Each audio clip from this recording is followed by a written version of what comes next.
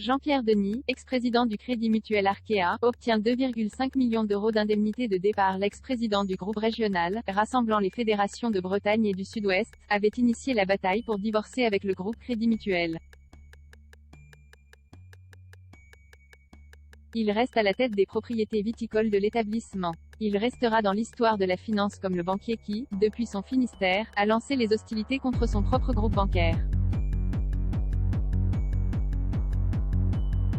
Jean-Pierre Denis, alors président du Crédit Mutuel Arkea, Fédération de Bretagne et du Sud-Ouest, a, pendant 7 ans, cherché à obtenir l'indépendance de sa banque régionale, en coupant les liens avec le reste du groupe Crédit Mutuel.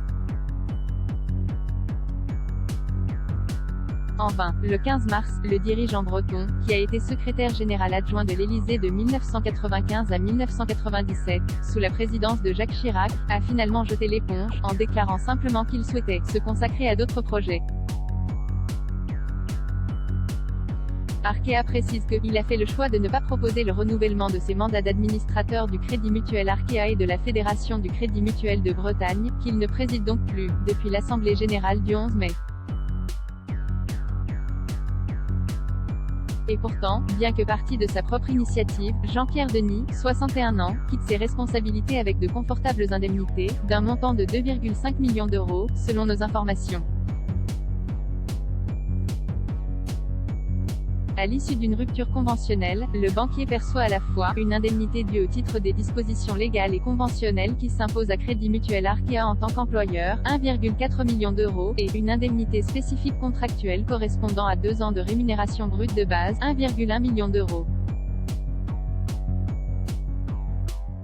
Reste président de Château-Calon-Ségur. La banque coopérative régionale précise que l'indemnité contractuelle de rupture aurait dû être calculée en prenant en compte la dernière rémunération variable effectivement perçue, mais que Jean-Pierre Denis a accepté qu'il ne soit pas fait application de ces dispositions de son contrat de travail, ce qui a amputé des 2/3 le montant de l'indemnité spécifique. Il a, depuis, rejoint le groupe Paprec, spécialisé dans la collecte et la gestion des déchets, comme vice-président, chargé notamment des grands projets.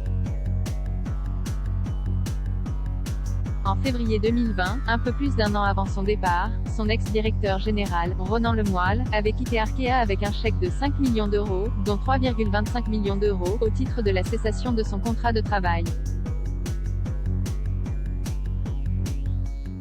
Selon le Code de bonne gouvernance pour les entreprises cotées de l'Association française des entreprises privées, AFEP, et du MEDEF, le versement d'indemnités de départ à un dirigeant mandataire social doit être exclu, s'il quitte à son initiative la société pour exercer de nouvelles fonctions.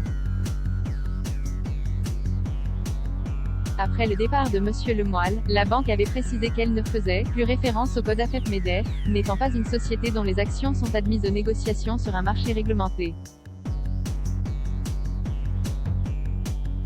15,2%.